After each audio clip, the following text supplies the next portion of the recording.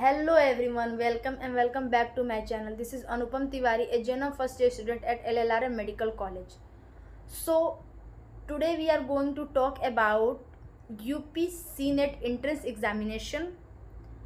क्या है UP CNET entrance examination, जिसे हम UP BSc नर्सिंग भी कहते हैं. एक्चुअली हम लोग इस वीडियो में हम लोग ये बात नहीं करने वाले हैं कि UP CNET क्या है. हम लोग इस वीडियो में इस चीज़ के बारे में बात करने वाले हैं कि कैसे हम एक नर्सिंग कोर्स कर सकते हैं इन इंडिया में कैसे कर सकते हैं. स्पेशली यूपी की बात की जाएगी कि कैसे हम एंट्रेंस एग्ज़ाम गवर्नमेंट कॉलेजेस से कर सकते हैं. तो इसमें हम लोग बात करने वाले हैं तीन एग्ज़ाम्स की, जो है UP CNET, UP GET and then AIIMS BSc nursing. ये तीन एग्ज़ाम हैं, UP CNET, UP GET and AIIMS BSc nursing. तो ये तीन एग्ज़ाम के थ्रू हम लोग नर्सिंग कर सकते हैं. एम्स तो पूरा ऑल ओवर इंडिया चलता है, तो उसमें भी हम यूपी के बच्चे एडमिशन ले सकते हैं. और UP CNET UP BSc nursing का ही है, और यूपी गेट जो यूपी में जीएनएम कोर्स हो रहा है उससे रिलेटेड है. तो चलिए पहले स्टार्ट करते हैं यूपी सीनेट के बारे में. तो ये 120 मार्क्स का एग्ज़ाम होता है. इसमें नेगेटिव मार्किंग नहीं होती है. हिंदी और इंग्लिश दोनों मीडियम में पेपर होता है.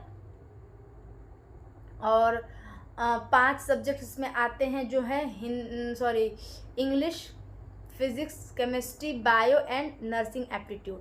ये 5 सब्जेक्ट इसमें आते हैं. तो 24 मार्क्स का ही फिज़िक्स आता है, 24 मार्क्स का ही केमिस्ट्री, 24 मार्क्स का ही नर्सिंग एप्टीट्यूड, 24 मार्क्स का इंग्लिश एंड देन 24 मार्क्स का ही बायो आपका आता है. तो कुल मिला के 120 मार्क्स हो जाते हैं. यहाँ पे नेगेटिव मार्किंग नहीं होती है. और एज क्राइटेरिया की बात करें तो 17 साल से स्टार्ट होता है, 35 ईयर्स तक लास्ट एज आपकी होती है. ठीक है. कॉलेजेस जो हैं ये 23 कॉलेजेस हैं. 23 गवर्नमेंट कॉलेज हैं जिसमें यूपी सीनेट एग्ज़ामिनेशन के थ्रू एडमिशन होता है. प्राइवेट भी और भी बहुत सारे प्राइवेट हैं.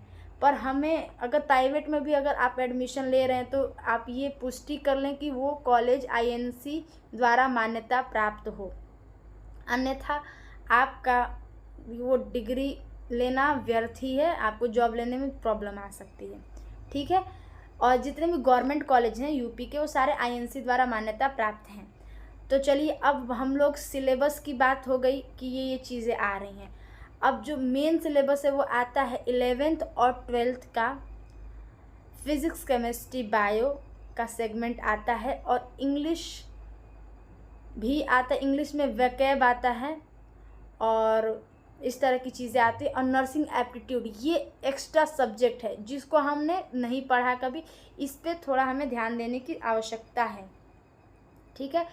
तो नर्सिंग एप्टीट्यूड एक्स्ट्रा सब्जेक्ट है, और इसी नर्सिंग एप्टीट्यूड से ही मार्क्स बढ़ते हैं ऊपर, मतलब मार्क्स इंक्रीज हमारे होते हैं. क्योंकि फिज़िक्स, केमिस्ट्री, बायो, इंग्लिश ये तो सबको आता है. नर्सिंग एप्टीट्यूड पे आपका कितना कमांड है यही आपका सिलेक्शन डिसाइड करता है. ठीक है. डिसाइड तो सारे सब्जेक्ट्स अपने वही उतने ही मार्क्स के हैं. सारे सब्जेक्ट अपनी इम्पोर्टेंस रखते हैं. पर जो नर्सिंग एप्टीट्यूड है ये हमारे लिए नया है, इसलिए मैं स्पेशली आपको कह रही हूँ. ठीक है. पर 11th और 12th की साइंस के अतिरिक्त हमें जनरल साइंस भी पढ़ना होता है. जनरल साइंस मतलब कि 9th और 10th लेवल का साइंस, फिज़िक्स, केमिस्ट्री, बायो हमें वो आना चाहिए. हमें निरंतर आपके पास जो है अभी 2 मंथ्स है, 2 महीने हैं, मार्च एंड देन अप्रैल. मई के लास्ट वीक में एग्ज़ाम होता है. जो 2025 का यूपी सीनेट का एग्ज़ाम हुआ था वो हुआ था 21 मई को. तो ये भी संभावना है कि मई के लास्ट में, लास्ट सेकेंड वीक में या फिर लास्ट वीक में हो ये एग्ज़ाम, या फिर जून में भी चला जाता है. जून में अगर जा रहा है तो वो हमें एक्स्ट्रा टाइम मिल रहा है, तो हमें जून को नहीं काउंट करना है.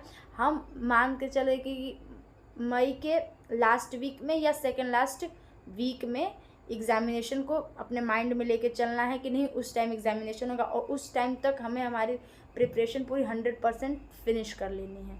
100% पूरा तैयार हमें हो जाना है। अगर एक्स्ट्रा टाइम मिलता है तो वो हमारे लिए प्लस पॉइंट हम उससे कंसीडर कर सकते हैं, क्या होता ही है, ठीक है।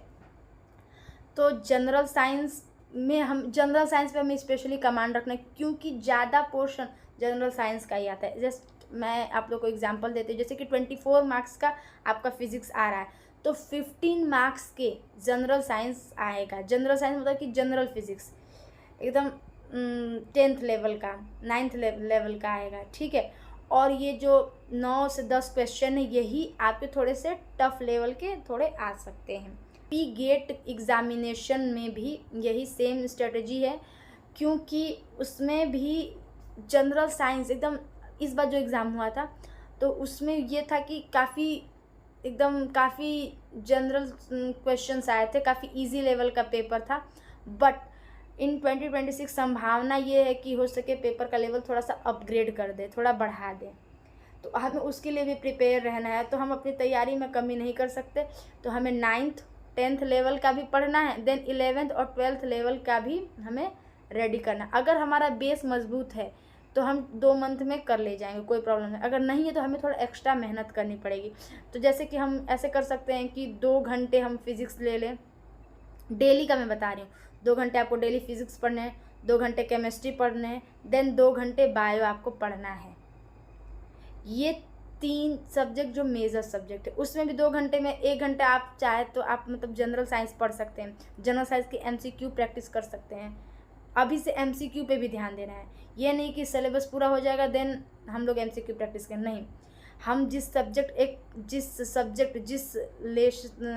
एक लेसन को, जैसे एक लेसन हमने कंप्लीट कर लिया तो हमें उससे रिलेटेड सारे MCQ प्रैक्टिस कर लेने हैं, ऑलमोस्ट जितने भी हैं।